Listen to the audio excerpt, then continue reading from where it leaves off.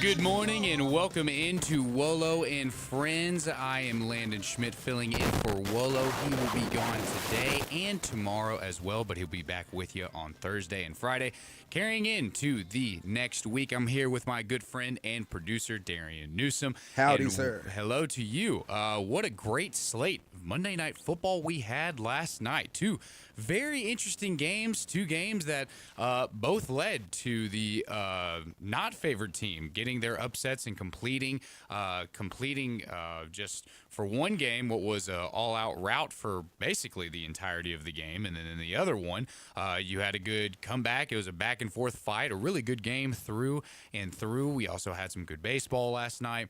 But with these Monday Night Football games, the Bills first go and travel down to Atlanta, and this was an interesting game, to say the least. But I also think it spoke to how wide open the NFL feels this year.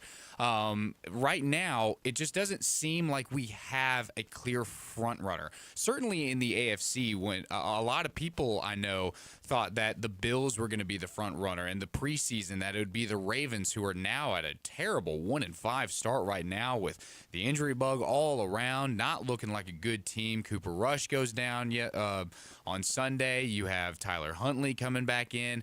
The Ravens just look in disarray. The Chiefs, who everybody always expects them to be the dominant team of the AFC, is just now reaching a 500 on the year and 3-3 with their win over the Lions, and they look like they're going on the up and up. But right now, for them to be 3-3 does not illustrate them as a top dog, at least not in my opinion, as when it comes to the NFL. But right now, the front runner, a lot of people would say, are the Bills. Maybe still the Bills with the lackluster competition that we're finding in the AFC right now. But the Bills yesterday with Josh Allen at the helm did not have the greatest of games, but he did still have a really good game. And the game opened up, and it looked like it was poised to have a lot of fireworks going off. Both teams quickly put together scoring drives that looked really good right out of the gate. The Falcons and their rushing attack, they established it early in the game. Started their first drive off, ending with a 21-yard run from Tyler Algier to start the game off 7-0. And if you looked at how that play was drawn up, with the blocking mechanics all there, getting everything established, a great finding the hole, going through, running through that tackle deep into the red zone, a really great way to start the game. And then Josh Allen came out in this game looking like the MVP candidate that a lot of people expect him to be this year. He strung together a really good drive with a lot of consecutive completions. He looked really solid out there, and he ended that drive with the touchdown pass to Dawson Knox to tie it up early in the first quarter. And then what may go down as Drake London's best game, if not his greatest game that we've seen him play so far in the NFL, absolutely went just off the wall. Drake London, in a response from the Falcons, Michael Penix finds Drake May for a 9-yard touchdown, which was a very good heads-up play by Drake London, who catches the pass, is getting stuffed short of the end zone, and stretches that ball out, crosses the plane, and makes that touchdown grab for the Falcons to put them up 14-7 over the Bills. And from there, the Bills just couldn't seem to get anything working in that game at all. All throughout the night, the Falcons were doing a really good job defensively of pressuring Josh Allen, which Josh Allen normally is a guy who does really good under pressure. He's good at his decision-making. He knows how to get out of the pocket. He knows when the receivers are covered downfield or he's facing a lot of pressure in his face that he can break away from those tackles and make that rush to get that first down. We've seen it time and time again, but it just seemed a little bit too overwhelming for him. He ended up throwing an interception in the second quarter, but that came after Bijan Robinson broke away what was a great 81-yard rushing touchdown, took it all the way. The rushing attack, I'm telling you, was the highlight for this Falcons team last night. And it's said by many football coaches, many football fans, that when you can establish the run game, you're in a good position to take hold and run away with this game, literally and figuratively. So Falcons, shout out to them and their rushing attack that they had. Of course, like I mentioned, Buffalo had a interception deep in the second quarter, and to almost close out the first half, which was just a Falcons first half, if you want to call it that. Drake London almost broke away for another touchdown at the last little bit upon further review, which, man, I don't know how back in the day they survived without review or replay or whatever it is, because, man, it looked to everybody on there that he ran down the field, dove for that pylon, got that pylon. Everybody thought, man. Yeah, with the naked eye, you are 100% correct. It looked like he got in there, but like you said, upon further review, and you got to think, that was like icing on the cake. The Falcons were actually playing possession ball there. They were actually looking just to try to get down and get 3 before the half, but the Bills' defense was so bad that once he broke loose, it was like, do I get down or do I try to score? So I do not blame him for trying to score. The heavens opened up, and the secondary just kind of lost where he was, but luckily he stepped out of bounds. Yeah. You're absolutely right. And one of the things that I find so surprising is it wasn't that long ago that the Bills had a really good defense, and on that defense was Tre'Davious White, who was back out there. And it just didn't seem like he's Von Miller ain't walking through that door either. No, Von Miller's not walking through the door. But also Von Miller, I'm going to be surprised. He's kind of on that level with Levante David. I'm surprised they're still, kicking it and doing what they're doing. But, hey, I'm not going to slander Levante David. I love that guy. He's great player for the Buccaneers. But in that game, I mean, you got to give credit where credit is due. That Bills defender didn't give up on the play. He chased him all the way down to that 1 yard line. But unfortunately, his foot stepped out short of the line to gain. But still, all those stats are still recorded for Drake London in that play, in that 48-yard drive that was capped off just a yard short. But going into the half, 21-7, I don't think anybody saw that coming. Certainly I didn't. I thought the Bills were going to roll in there and do what they normally do. But it only took 5.5 minutes coming out of halftime for the Bills to kind of get back on track. It was Josh Allen once again coming out there, getting himself together, putting together a really good drive that ended with a 16-yard Ray Davis receiving touchdown, which was a very well read and a great throw from Josh Allen. I mean, he looked off the defender well. The safety came crashing down. The receiver replaced where he was and made the connection. Great little play from there. Now it was 21-14 in that game. But then after a long stretch of punts, the Falcons put together a 14-play, 68-yard drive that ended with the final points of the game, 24-14. And that kind of solidified things after the Bills tried to mount a comeback, but were unable to do so as the ball was tipped, intercepted by linebacker Malone to conclude that game. And just real quickly, looking at this other game with the Bears and the Commanders, this game was a little bit more back and forth, a little bit of a slow start. Pair of field goals to open up the first quarter. You got some great passing. I got to give my shout out to Caleb Williams. Caleb Williams has taken great strides from last year into this year, and you can attribute a lot of that success to the hiring of Ben Johnson, who is known for developing quarterbacks and getting them to look good, because his releases are a lot quicker. His decision-making looks really good. His throws are tight spirals. I mean, he's looking like a very good player this year, and it showed. And the last thing I want to say about this game, the Commanders end up blowing their lead after a great performance from DeAndre Swift, but one of the touchdowns in that game, and Darian, I want you to cue in on this as well. The first touchdown of this game was a 22-yard receiving touchdown from Chris Moore.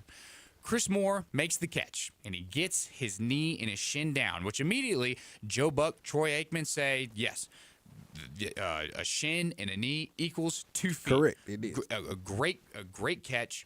Elbow down, too, if you're looking. But trust me, we're about to get to that.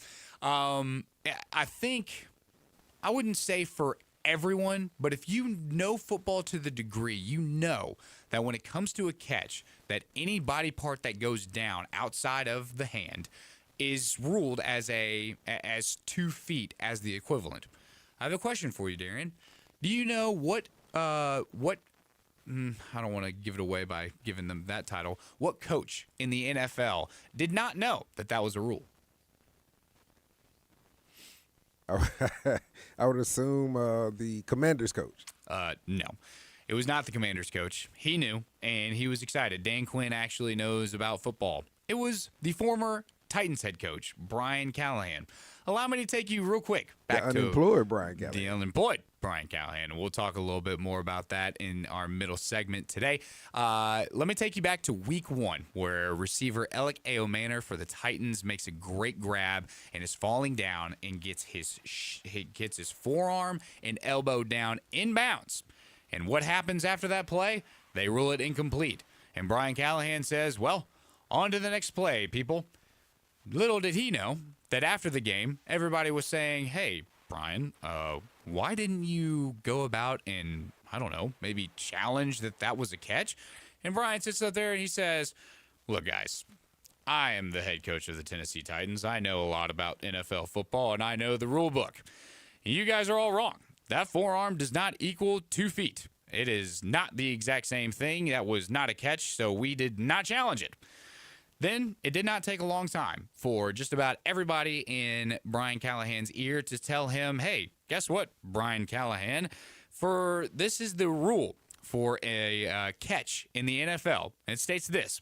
For an NFL player to complete a catch, they must secure the ball in their hands and then touch the ground inbounds with 2 feet or any body part other than their hands. After satisfying these 2 conditions, the player must also perform an act common to the game, such as taking a third step or extending the ball, fully completing the catch. Brian Callahan later says his interpretation of the rule was wrong and that he did not know, and looking back, he should have challenged it. Darian, I don't know how you can interpret that rule wrong where it clearly says 2 feet and or any other body part outside of your hand. You are 100% right, but you are also a jilted lover, so I will get out of your business. That is between you and your former head coach, who has obviously let you down. Just a little bit. I would just allow that to serve to any Titans fans who I'm not entirely sure how you could feel indifferent about this firing, but to add to the reasons of why Brian Callahan is no longer the head coach of the Tennessee Titans. But I digress. The Commanders-Bear game was a really great game. DeAndre Swift had himself one heck of a performance, a 55-yard receiving touchdown to get them in striking distance, 22-24, with a costly fumble. That was the second one from the Commanders that set up the game-winning field goal for them. But now, we shift gears just a little bit. We are going to talk to the executive director of your Liberty Bowl right here in Memphis, Tennessee. That is Steve Earhart. And Steve, we have some exciting news that was just released about the 23rd annual AutoZone Liberty Bowl High School All-Star Game. What all can you tell us about that and the news that was released? Good morning to you. Yeah, good morning. And yeah, the High School All-Star Game is one of our really wonderful events that we feature, high school senior student athletes from every single high school, public or private, in the metro area. And so we announced who the head coaches were this last week, and we've had, I think, over the 23 years we've been doing, I think 1,700 young men have performed in the game, and almost 45% of those individuals have received college scholarships to go on their career. And a lot of those players would not have received scholarships, but we bring in a lot of college coaches to watch that week of practice, and we've had great stories. And, of course, the Memphis fans will all remember Anthony Miller, who came out of Christian Brothers High School, didn't have any offers to go to play college ball, and we brought him over. And I remember calling Justin Fuente, who was then the University of Memphis coach, and said, hey, this guy, he may be small, but he's catching everything in sight. He worked harder than anybody else, and give him a walk-on deal. Of course, the rest is history. He got his walk-on deal at Memphis, became an All-American, and played in the NFL. So it's a great event, and we're really proud to be able to have events for Memphians to participate in. Yeah, and for those that missed it, the head coaches are Chaz Wiseman and Fred Copeland out of Fairleigh High School. The two really good head coaches, very well proven in their high school football records and prestige. So that should be a really exciting game. And speaking of all these events that surround the Liberty Bowl, I know that there's a list if you go to libertybowl.org that there's a lot of events that are going on around the time of the Liberty Bowl, things to kick things off like the team welcome party that's on December 30th. I believe we even have a pro rodeo on that same day, a Beale Street parade and a pep rally. What all can you tell us about these exciting events to get the people listening excited about the Liberty Bowl? Yeah, well, a great point. And the AutoZone Liberty Bowl, our technical legal name is the AutoZone Liberty Bowl Festival Association, and we're charged with putting on events for Memphians to participate in to showcase our city to the rest of the country.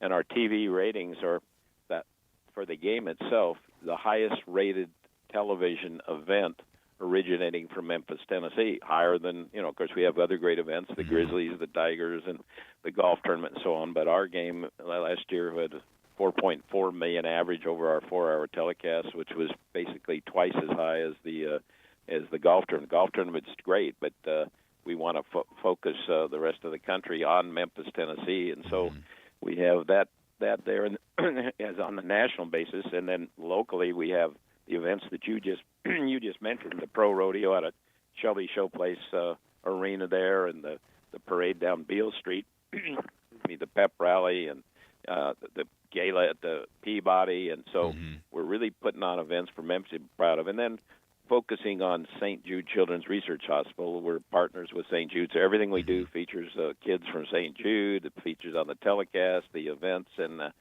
then the patriotic theme of the bowl game is founded on the principles of liberty and freedom and patriotism. And so, yes, it's a labor of love for our community. 67 straight years. We're the seventh oldest bowl game in America. So we really appreciate everybody, including you guys, reaching out and promoting the game and all the activities around the game itself. Yeah, and I know those dates, they sound far off. The December 30th, January 1st, they sound like they're really far down the road. But before we know it, it'll be here. So it really is time to start gathering focus around that. The Liberty Bowl is coming up, and all these great events, the partnership with St. Jude, all of those great things are just coming right down the pike. I mean, it's hard to believe that we're already almost halfway through October. So it's incredible, but a lot of good things going down at the Liberty Bowl. Yeah, you're absolutely right. We're halfway through the season now, and the predictions of who's going to be in the game, we always kind of keep track of that, and that's very popular around the country. Every bowl game is wondering, well, who's going to be in our game? That's why there's a lot of attention. People are looking at the AutoZone Liberty Bowl game, and here's some of the projections that are, supposed prognosticators. And I'm not going to call them experts, but people that are guessing. But from the SEC side, we have 4 or 5 teams that are projected to play in this year's game. From Vanderbilt with Diego Pavia, one of the great stories of all time in college football. South Carolina, we haven't had since the days of Steve Spurrier. Auburn, and again, Auburn's been so close, and again, we could talk all day long about whether they've been catching bad breaks or getting jobbed. We haven't had Auburn since Bo Jackson. South Carolina and Vanderbilt, South Carolina, Auburn, Mississippi State. People from down there in the southern part of the state, mid part, love to come to the AutoZone Liberty Bowl. So that's on the SEC side, and then on the Big 12 side, University of Houston and is projected by, I know, CBS Sports and some of the ESPN guys. Cincinnati, which is kind of becoming a power. Remember they played in the playoff game a few years ago. They did. And so Iowa State, of course, we've had Iowa State against Memphis twice. I don't think we'll probably get Iowa State because we're looking for some variety there, but TCU, another good team. So. Yeah, we're looking for a really excellent matchup this coming January 2nd. It's a Friday afternoon game, 3:30 kickoff. So yeah, we need as much participation as we can. We don't have a beach like those Florida Bowls, and we don't have a fancy NFL stadium, but we always say what we borrow the commissioner of the SEC. It just means more to Memphians. So we appreciate everybody jumping in. We have about 150 corporate partners and 500 members of our association. So, we really look forward to putting it all together. Yeah, and I remember last time I talked with you and talking about who it is that we would like to come here and talking about the demographic of the teams that are surrounding us, that we want a good following of people. And the mentioning of Mississippi State would be great because it's really not a far travel for them. We're already basically touching Mississippi right now where we are. So to have Mississippi State come in, and then there's a lot of good teams from the Big 12 that are making good strides this year. I think Houston is one of a really good powerhouse this year, that their only loss, I believe, is against a great team in Texas Tech, but they've been rolling on. So the Liberty Bowl should be exciting this year with this SEC Big 12 matchup going forward. But shifting gears, staying in the college football realm with you, Steve, it's my understanding from last time I talked to you that you've been able to be at every Memphis game. Has that continued to be true? That's right.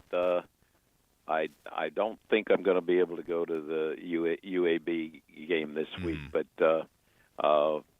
but I had been able to go on the road to Georgia State game and to the Troy game, but and the Tigers certainly are playing well, but this is a tale of two seasons, if you want to say that. The first 6 weeks, they've unblemished, great 6-0 record, and now they have it all laid out in front of the Tigers with the home games with South Florida, with Tulane, with Navy. All three of those are terrific teams. And then on the road, East Carolina can play with a lot of folks as well. So, the Tigers have the opportunity if they can run the table. And, again, if they have the best record, then the University of Memphis will host the American Championship game right here, Simmons Bank Liberty Stadium. And then I'm convinced that if the winner of the American Conference will be the representative. Remember, the rules are such that it's the highest-ranked champion of the, quote, other 6 leagues, when we say the other 6 leagues. So, and out in the West, you have Boise State the last few years has been the winner, but they've taken a loss to South Florida already. And but now our old friend Dan Mullen, Mississippi State coach, has got UNLV undefeated, and so UNLV gets to play Boise. So they could be a candidate to be representing the Mountain West, and if they end up undefeated, then it could be tight. But I'm still a believer that the American champion will be the representative to the playoff system. So the Tigers have got everything to go, and I think that game next a week on the 25th, not this Saturday, but a week from Saturday, 11 o'clock kickoff there at South Florida. I think it's homecoming for the Tigers as well, so that'll be a great opportunity for Memphis to be showcased. And I think too, with the release of that kickoff time being 11 o'clock, I know a lot of people were hopeful that we could potentially get a college game day coming here to Memphis for that USF Memphis game. I think it could still be done, but probably not to the degree that it was done last time when it was here with SMU in Memphis. But the hope is still out there, and maybe there's a game down the road where we could get a college game day. It just seems like the chances are slim. But to your point about, go ahead.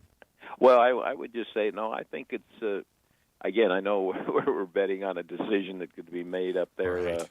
By ESPN, but if if both South Florida and Memphis win, then you've got 2 top 25 teams playing, with only one loss between the two. So I'm going to take the overs on that. I'm going to bet that we do get the game day here in Memphis. But you may be right. But we'll throw a dinner on that bet if you're thinking it might not work. But there's a lot of other. Every school in the country is banging on the door of ESPN saying, please bring game day to our campus. So it will be a battle, but I think there's some really good signs that, they could have that. They had a great time down on Beale Street, and no matter whether the game has to kick off at 11, I mean, Herb Street doesn't call the game anyway, and so That's true. They can still do it by starting at 8 a.m. And if they go back down to Beale Street, I know Memphians will turn out in huge numbers yeah. and Yes, they have a will. hell of a party down there. But Yeah. anyway, I'm not trying to disagree with you. I guess I'm trying to be hopeful. Yes, well, in me saying that, I didn't want it to come off as though I don't want it to. Of course, I would love a Yeah, college I game get day you. to, yeah, I would love it to come back, but to kind of almost view things from, I think that week, well, was the college football slate? I believe Texas A&M and Ole Miss might be playing each other that week, so that might be a good candidate for college game day if it doesn't come to us. But still, would love to have another college game day here. And like you said, the Memphians will come out and will make their presence known and felt all around that stage. So it would be a lot of fun. It would be a great time. I know the hopeful was maybe to looking later on down the road that potentially if Navy can get past Notre Dame and perhaps be still undefeated, that we could get one there. Unfortunately, that's a Thursday game happening on Thanksgiving Day, so kind of options are limited. So it's kind of it almost feels like it's now or really never because of this American. But to your point about the American, of the remaining 11 undefeated teams in college football, the American has two of them, and the Mountain West only has one in UNLV, who barely squeaked by last week.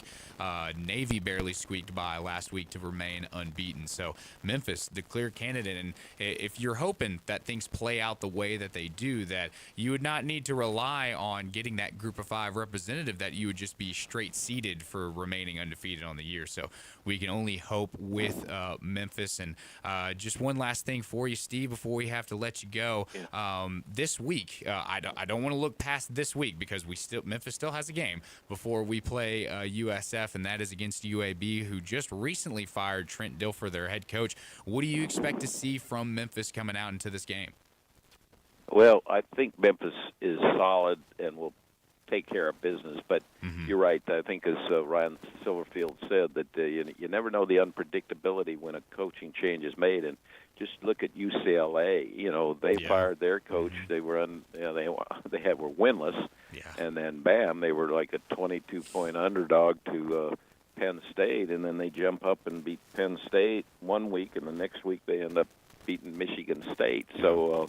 You got to be a little bit careful, but I think Ryan and his staff and the team is got focus. I don't think they're not going out to party there. I just said something the other way. Well, I bet those Penn State players out in Hollywood, and maybe some of them were sneaking out to the beach there when they played out there at UCLA. But no, I think I think the Tigers will take care of business. I don't think that UAB has the kind of playmakers that the University of Memphis had. And I appreciate being, but I do want to throw out one last thing. General Rich Clark was here in town yesterday, who's the head of the college football playoff. He was really thoughtful because he came directly from Hawaii. His wife tried to talk, hey, can't you postpone that trip to Memphis? But no, he said he was coming here to meet with the AutoZone Liberty Bowl and to speak at the Touchdown Club. And those of your listeners, he is one hell of a guy. I mean, he's a three-star general that commanded all our flew B-1 bombers during the Iraq War, and he was superintendent then of the Air Force Academy. But he knows and understands football. Played in 4 bowl games as a letterman there with the Air Force Academy back in the 80s, and wonderful guy. He did a wonderful job last night. Some of your listeners came to the Touchdown Club, and a great leader of the college football playoff, and he's very optimistic. I know people talk about the woes of college football with NIL and the portal, but TV ratings are up, fan interest is up, and he's a great leader. So I did want to throw out a shout out. He was heading to the airport here this morning, but it was a great opportunity for him or for us to host him here in Memphis yesterday. So the CFP is in good hands. I know there's a lot of debate. He talked to us a lot about the battles between not battles, but the philosophical disagreements between the SEC and the Big Ten, about how many qualifiers should there be. But again, we wanted to thank, General. He doesn't like to be called General anymore, but thanks to Rich for being here in town. Well, that is a great shout out. It definitely enlightened me to see where the college football playoff is and whose hands it in. So that is really good to hear. Well, Steve, thanks so much for joining us. Dave will be back with you next week, but thank you for joining us, and you have a good day. Well, maybe you guys do a great job. Maybe you need to put him back on the bench for a while. So don't tell him I said that. If he's wherever the heck he is, he may be listening. But no, Dave does a great job. He's been a great friend to the University of Memphis, the community, and a great broadcaster. So that's said in pure fun and jest there. But you guys, I appreciate being on with you guys. Thank you. Absolutely. Well, we love having you. Thank you so much, Steve. That is the executive director of your AutoZone Liberty Bowl, and man, like I was saying, it's closer than you think. We're already halfway through October, which is hard to believe. Halfway through the college football season, which is even harder to believe. But it's coming down the pike. A lot of exciting things surrounding that, and of course, when it comes around bowl time, it's college football playoff time. There's a lot of stuff to talk about there. Coming up next, around the bend, Ron Higgins has the day off, so Darren and I will be taking you down the world of everything that's been happening in college football and in the NFL. Don't go anywhere. You're listening to Wolo and Friends. Start your day with Sports 56 Mornings with Greg Gaston and Eli Savoy. Weekday mornings from 7 to 10, right here on Sports 56 and 98.5 FM. Guns, and more guns. Over 700 firearms in stock. Home defense guns, old guns, new guns, used guns, big guns, little guns. Every gun you can think of, Classic Arms has them. All brands like Glock, Sig, Colt, Ruger, Smith & Wesson, Browning, Beretta, Benelli, Remington, Winchester, and more. Guaranteed lowest prices in town. Only gun importer in the Mid-South. Free gun inspections and appraisals and free bore sighting for the upcoming deer season. Shop online at ClassicArmsOfMemphis.com or visit Classic Arms at 1740 Germantown Parkway behind Corky's Barbecue in Cordova. Hi, I'm Glenda Hastings, owner of Napa Cafe, and I'm inviting you over for dinner. Treat yourself tonight with a delightful dinner of scrumptious combinations. Fresh salads, homemade soups, or maybe start with an appetizer, like our baked Dungeness crab dip with manchego cheese, lemon, garlic, and French baguette toast. Drift into one of our fresh seafood dishes, like the caramelized sea scallops with curry beurre blanc, black forbidden rice, and Thai mango salad, or our ancho honey glazed salmon with creamy black bean puree, avocado pico de gallo, and jalapeno crema. Maybe you're looking for something cozy and comforting, like our Duroc pork chop with apple brandy demi-glaze and blue cheese bacon mashed potatoes. We have something for everyone. Napa Cafe, open Wednesday through Saturday for dinner starting at 5 o'clock. For reservations, visit our website at napacafe.com. Come join us. I'd sure love to see you. Congratulations to Napa Cafe, celebrating 27 years of great food and service for you. Napa Cafe.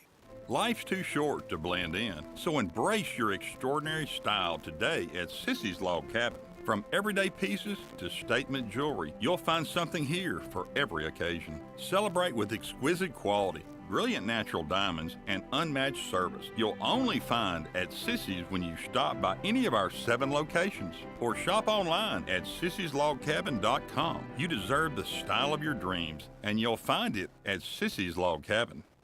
Drivers who switch and save with Progressive could save hundreds. With that kind of money, you could go big time and skip the regular line at the airport and pay for speedy security. Imagine not having to quickly unpack and pack at the place you already came packed to.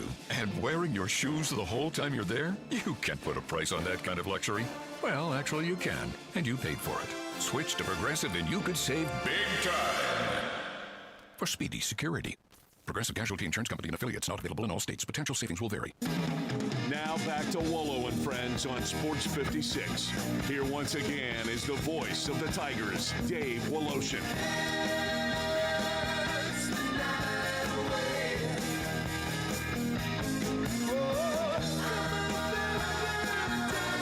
Welcome back into Wolo and Friends. I am sitting here in the Family Leisure Studios, and Darian, I have a question for you. Go for it, good sir. So, the past few weeks, Family Leisure has been putting on one great sale. It's a big spa sale going on right now in Family Leisure where you can buy top-of-the-line spas. And so I did a little bit of research of what a typical good, steady spa would go for. Do you have any guesses on what a typical sale for a spa is? I love the Price is Right. So absolutely, sir. You got the right one today, baby. Good spa, average. Let's say $5,999, Bob.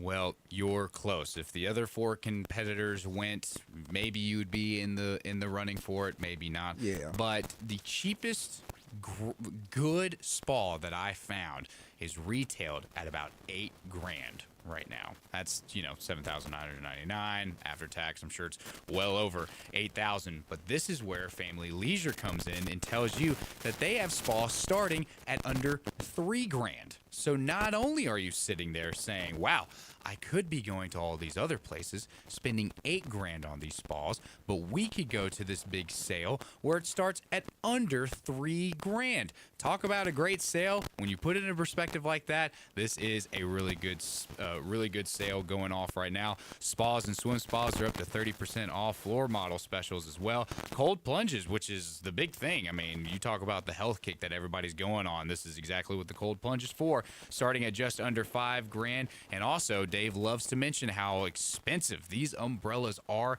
You get one when you purchase one of these things, and that's just a great accommodation to all of these things. Swimming pools, clearance pricing, all throughout the end of October. Buy these prices because they will go back up, and right now, you really cannot beat this sale anywhere else. All at Family Leisure that is found on 2120 Whitten Road, just north of I-40. Darian, there is a lot of news going on in the NFL and in college football, on top of just football play, the coaches firing, the games that we have slotted up for tonight. And I'm so sorry, Darian, I forgot to congratulate you and myself because you and I had more passing yards than the Jets did on Sunday. You are right. But you know what you forgot? You forgot my favorite part of the sale. The only thing that's small is the prices. Only thing small is the prices. Yeah, You're absolutely just had to help right. you with that, man. That's my favorite part of the sale. Hey, well, but that's you're why absolutely we do it right. as a team. But you're absolutely right. You and I both. I mean, -10. I think that's the second fewest ever in the Jets history. I don't understand what's going on, but I am a proponent of not benching Justin Fields. No reason to. If you have questions about Tyrod Taylor, sorry for you if you hadn't seen him with the Bills, with the Jaguars, with the Colts, and the Browns, and so on and so forth. If you hadn't seen enough Tyrod Taylor to know that he's decent, he's a very, very good backup. But that's what he is. He's not the future of your team. So I'm definitely not a proponent of. You got Justin Fields. You got what, 40 mil, 30 guaranteed. You got to ride this out, baby. You do, and we've been talking about it. You've mentioned that this was the second worst passing performance by a Jets team with -10 yards passing. The first worst, I had to look it up because it was going to drive me crazy. Been wanting to do that. Good job. Yeah, it's been driving me crazy as well. This was achieved by none other than the Denver Broncos, September 10th in 1967. You have any guess of their net passing yards for that game? Broncos 67. It was against the Raiders. -37. Kind of close. Your Price is Right skills are getting better as we progress throughout the show.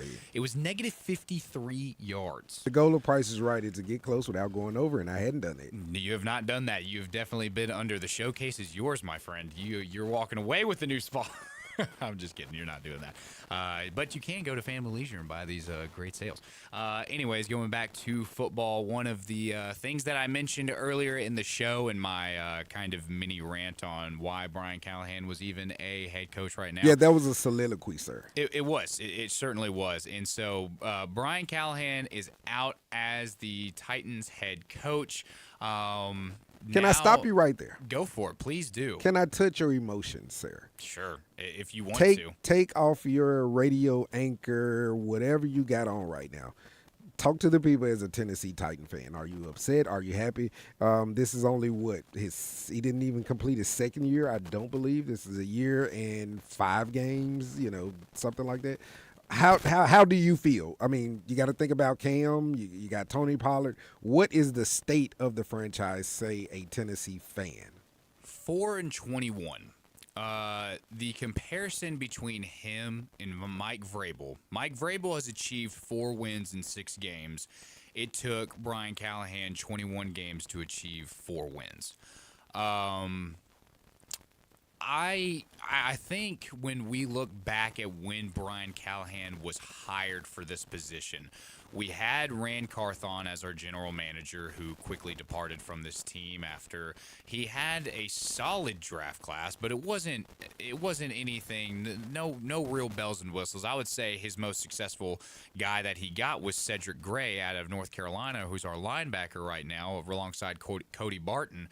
But when it came to Brian Callahan, he had all of the accolades to back it up. He had worked with Peyton Manning in his Super Bowl 50 performance as the offensive coordinator for the Cincinnati Bengals.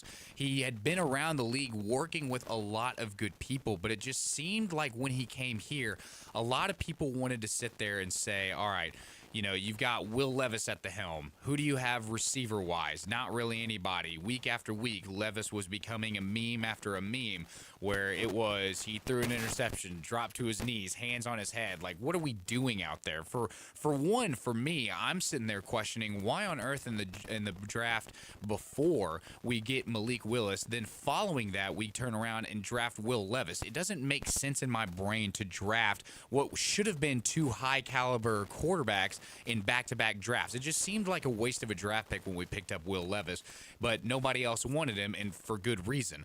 But now we're in a state where Brian Callahan is gone. People are looking back and saying, well, was Will Levis the problem, or was it all just Brian Callahan? You can look at a lot of things that Brian Callahan did in this season with this team, and they were all lackluster. And I mean, you just have nothing really to go on. I was a proponent last year of saying, hey, let's give this guy a chance. It's hard to judge somebody in 1 year of play, kind of like a lot of people are doing right now with Cam Ward.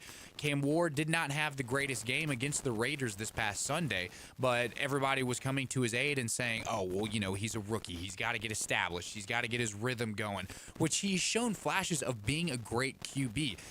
But that could be said for just about any quarterback in the league. Whenever you give them time, whenever you give them the chance to go through their reads, go through their progressions, and fire off the ball quickly in a timely manner, I mean, there's the reason why you're in the NFL that you are. So maybe there's still some time to develop around Cam Ward. I know there's a statistic going around. Oh, definitely time to get built around. Yeah, there's a statistic going around of the quarterback or the rookie quarterbacks that are drafted and the relation to head coaches being fired. I believe it started with Trevor Lawrence and Urban Meyer.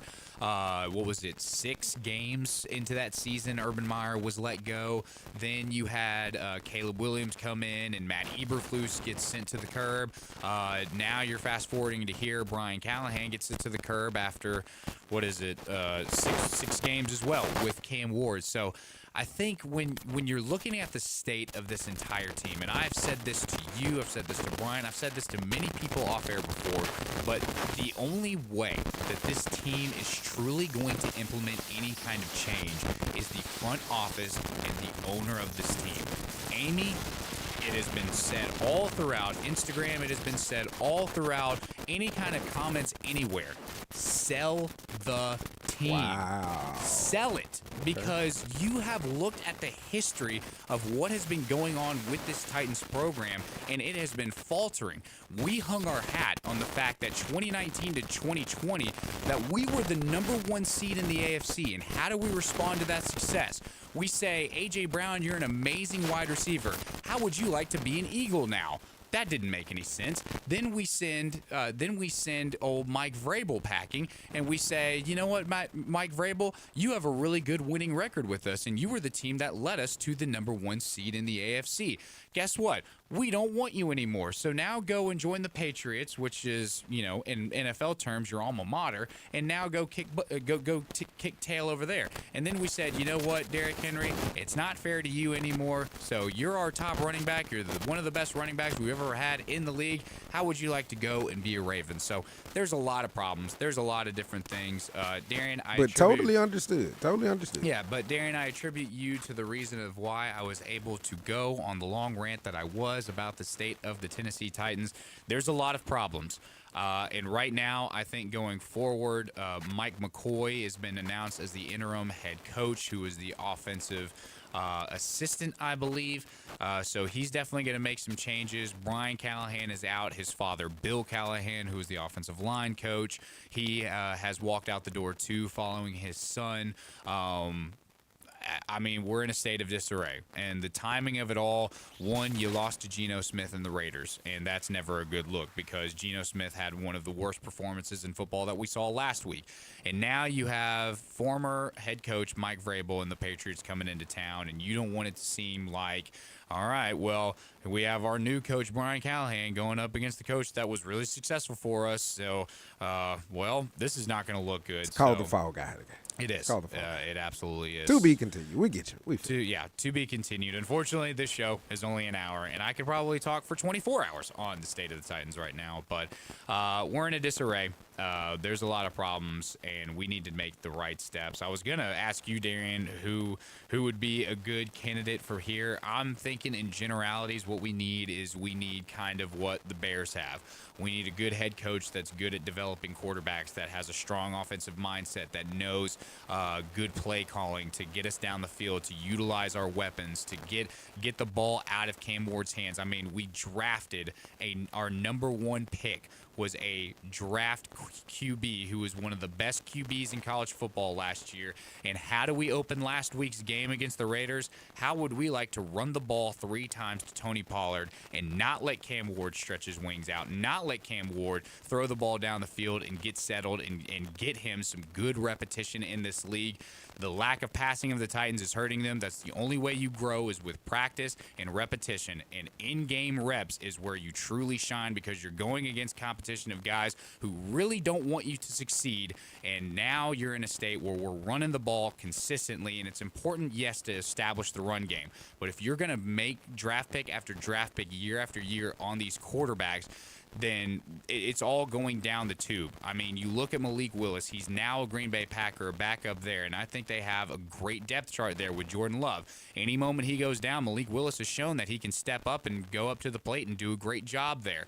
Will Levis now has season-ending injury that he had in preseason, so who knows what his trajectory of his career is going to be because that was a shoulder injury going forward. But once again, I've overgone on all that stuff. We need to hit a break.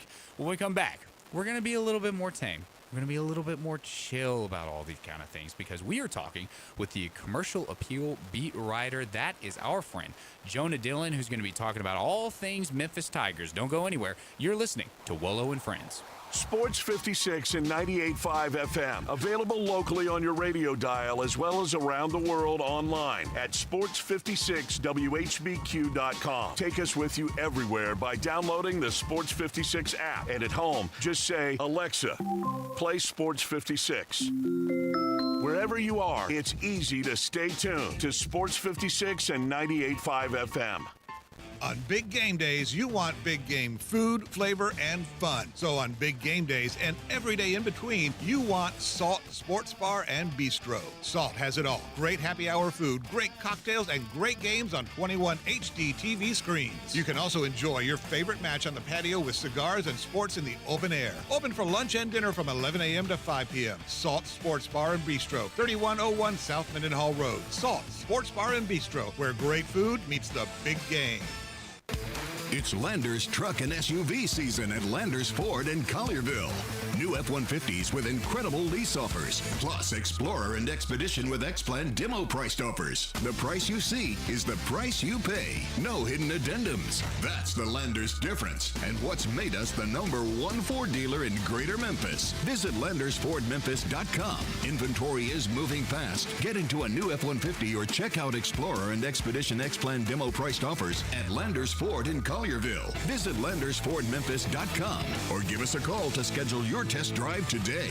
Remember, if it doesn't say Landers, you paid too much. As reported on Ford's 2024 Total New Vehicle Retail Sales Report in Memphis Market. X-Plan by invitation from Ford Motor Company only. And misuse or violation of the program rules can result in the loss of eligibility, potential disciplinary action, and may require reimbursement for any dealer commission received due to fraudulent use of the plan. Price, tax, title license, and $6.95 processing fee. See dealer for complete details. Offer ends 11/3/25.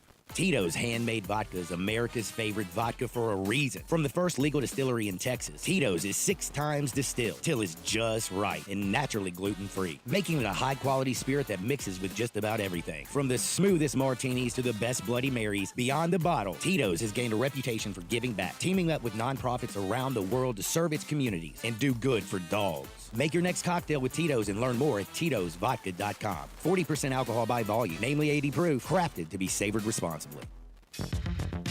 Now back to Wolo and Friends on Sports 56. Here once again is the voice of the Tigers, Dave Woloshin. All we hear is Radio Gaga, Radio Putin, Radio Gaga. Welcome back into Wolo and Friends. I am Landon Schmidt filling in for Wolo. He is gone today and tomorrow, but he'll be back with us on Thursday and Friday. I'm with my good friend Darian Newsom producing for me. He'll be producing for me all week. You can catch him and J-Ham and Happy Hour with Johnny Radio. That's coming down the pike next. But right now, we have the great opportunity to talk with our commercial appeal beat writer for your Memphis Tigers football team in Jonah Dillon. Jonah, thanks so much for joining us today. Memphis is still undefeated coming off of a bye week. How incredible is that happens? That's sarcasm, of course. But, you know, Memphis has been looking really, really good this year. A lot of eyes are on this Memphis football team and this rushing attack with some highlights in the passing game. What, in your eyes, has been our biggest contributor to our success, and what are you seeing with this team that got you excited about the rest of the year? Yeah, I think the running game definitely, and the consistency on both sides of the ball. I mean, this is a team, you look at the past couple of years, obviously a lot of wins, right? Back-to-back 10-win seasons, but also a lot of games that were, I think, closer than a lot of fans would have hoped, even games that ended up as wins, right? You think about like the Charlotte games in North Texas, very, down the fourth quarter, people are getting worried, stuff like that.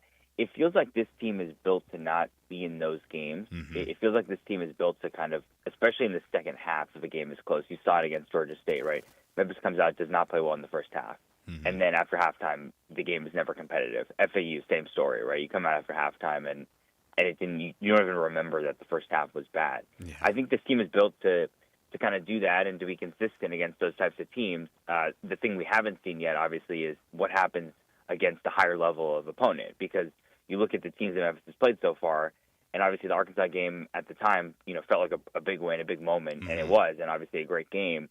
But we've seen what happened to that Arkansas team, and you look at the challenges that are still ahead, and it looks like, wow, this is a totally different level of competition. So it's interesting, kind of, aside from UAB and Rice, you look at the half-season mark, and you're saying, okay, the second season, this is the real stuff. This is where you're going to learn a lot about this team, and ultimately, if they're good enough to get to the conference championship and the college football playoffs. Yeah, and I think the hope is, too, that Memphis continues their winning ways to a degree that so much that we don't have to necessarily rely on that Group of 5 representative spot, that we could potentially get to a spot where we are just the straight seed going into the college football playoffs. But we recently got the news that the USF coming to Memphis kickoff time is at 11 a.m. What are your thoughts on this? I know a lot of people were hopeful for a potential college game day coming into town. What are the implications of this 11 a.m. start time? Yeah, I mean, for game day, it hasn't been decided. It won't be decided until after Saturday. So, I would just wait on that. Obviously, if game day is going to come, they would have to do it outside the state. They couldn't do it on Beale Street because logistically, well, first of all, you'd have all the fans there. They wouldn't be able to go to the game, so that wouldn't make sense. And logistically, it'd be tough. So they wouldn't be able to do it on Beale Street. Obviously, that was the scene last time in 2019, and so many amazing memories from that. So they wouldn't be able to do that. It's still possible. There's SEC games that weekend. I saw a lot of unhappiness about the game time and the channel and stuff. What I think about the game is, look, Memphis against USF, it's a huge game. The implications for the conference title race, for the playoff. This is one of the biggest games Memphis has played, assuming both teams win this week, in a long time. And what channel the game is on, what time the game kicks off, what pregame show happens before it has absolutely nothing to do with the importance of the game. And so I think I know I see people talking about game day and about, I can't believe it's on this network and stuff, and I think it's important to remember, like, this game is going to be a big deal no matter what. And I'm focused on talking about the game, thinking about the game, breaking it down. And if I was a Memphis fan, I know people are, like, trying to figure out rooting against SEC teams for game day. Like, I'd be score watching South Florida this weekend. That's the team that I'd be watching. Yeah, you're absolutely right, and I don't want by any means to overlook our upcoming opponent for this Saturday, because we still do have to get through UAB and get past them before we even get to USF. And with the news of Trent Dilfer being fired after a 9-21 record with this team, the UAB defense is not looking very good at allowing about 41.3 points per game. Could this be a potential for a trap game of us looking past USF? Or do you expect Memphis to go out and take care of business? Yeah, I mean, all of the typical kind of ingredients are there. Like you said, trap game, you've got a huge game everyone's already looking forward to next weekend. And then whenever coach gets fired, you get that little interim coach bump. That usually does happen. But you've also got to caveat it with UAB is if you've watched UAB play the past couple of years, it's not like they're operating at a very high level. And especially against Memphis. Memphis has basically just annihilated this team 2 years in a row. 2 years ago, there was a little bit of confusion in the first half, kind of what we talked about, but after that, and then last year was one of the least competitive games I've seen since I've been on the Memphis team. I mean, that team had nothing. And so there's a huge talent discrepancy. Memphis has a couple players on their roster who are played a lot this year who came from UAB. And so I would expect Memphis to be able to cruise in this game. Maybe there's something early. UAB gets a little bump out of the gates. But this just feels like Memphis is so much better everywhere that it should be an easy game. Yeah, and I think you're absolutely right, and I think too with this Memphis team that we've shown time and time again that we come out and we play the game that we're supposed to the week of, and that we've been doing a good job taking care of business. I know last year with our falter against UTSA at UTSA was a big shock for many people, but it just seemed like Memphis was caught in that little trap scenario. But I agree with you. I don't think there's really anything that points to this Memphis team really, becoming subject to a trap game like that. With UAB, Alex Mortensen will now serve as the interim head coach for this team. What all can you tell us about him? Yeah, not a ton of experience. It's kind of interesting. I mean, you look at this UAB, this whole UAB coaching, I mean, the whole program right now is kind of at a crossroads, and looking back on where they were. When you look at the potential candidates, it doesn't feel like he's situation where he's going to maybe win a couple games and then get the job. It feels like they need a reset. In some ways, that might be going back to where they were before, because they passed on multiple people who they probably should have hired in the past. But I also think it's worth noting with UAB, like, yes, this program has been terrible the past couple of years, and it looks like they're going to play Memphis every year, and this rivalry obviously is going to continue. UAB does not have to be this bad. Like, if you look at all these jobs, like in the conference, UAB should not be the worst team in the conference in terms of resources. And so I think there's going to be a point in the future where there will be competitive Memphis UAB games. I don't think it's that crazy to think that that's going to happen.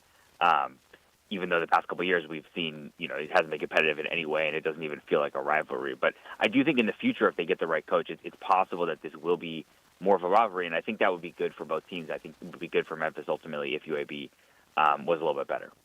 Yeah, I think so too, and that's always the hope. You always want this conference that can easily be overlooked in the American to want to continue to grow and continue to bring in those good players, because right now I think American is by far the best conference when it comes to the Group of Five. A second close might be the Mountain West, but when it comes to this American, and this is the last thing I got for you, Jonah, before we have to head out. There's 11 remaining undefeated teams in the league right now. Memphis and Navy are the only two in the representative for the American or just the American Conference. We got rid of our athletic. When it comes to this Navy team, last week they kind of squeaked out a win there. But what are you seeing with this Navy team, knowing that down the road Memphis and Navy are going to cross paths on Thanksgiving Day? And do you think it's potential that Navy could potentially get past Notre Dame and we could be looking at an undefeated matchup down the road? Yeah, that'd be pretty surprising. They've got a tough schedule coming near the end of the season. It's 2 weeks in a row where they've really skated by at the end of the game. That game on Saturday, I mean, Temple has improved. They're a lot better than people realize. But, Navy is their defense has issues, I think. That's going to be an issue I would expect against Memphis. They don't look like they're stopping people. The Air Force put up a lot of points on them as well. But, man, they've got a quarterback, Blake Horvath. Obviously, Memphis fans know what he can do. They saw it last year. And in that game on Saturday, if you saw that, the way that he took him down there at the end, that touchdown run and then the 2-point conversion, the pass right at the end, he's clutch, and it's going to be tough to beat him. So I'm looking forward to that matchup. Yeah, it'll be a lot of fun, a lot of exciting times. We definitely need Memphis fans to keep showing out. We got USF coming down the pike, but it's always a joy to talk to you, my friend Jonah. You have a good one, and Wolo will be back with you next week. You'll talk with him then. Yep, thanks for having me. All right. That is our commercial appeal beat writer for your Memphis Tigers football team in Jonah Dillon. Great day. I enjoyed talking with you, Darian. It's been a lot of fun. Don't go anywhere. You're going to get a whole lot more, Darian. You're going to get a whole lot more J-Ham coming up as Johnny is going to be out this week. They're going to be taking the show. Don't go anywhere. Happy hour is coming your way. I'm going to call it happy hour for you guys. I heard you wanted to use the term recess radio. That's reserved for Darian and myself. But we got to get out of here. And as always, my friends, it's going to be a good day.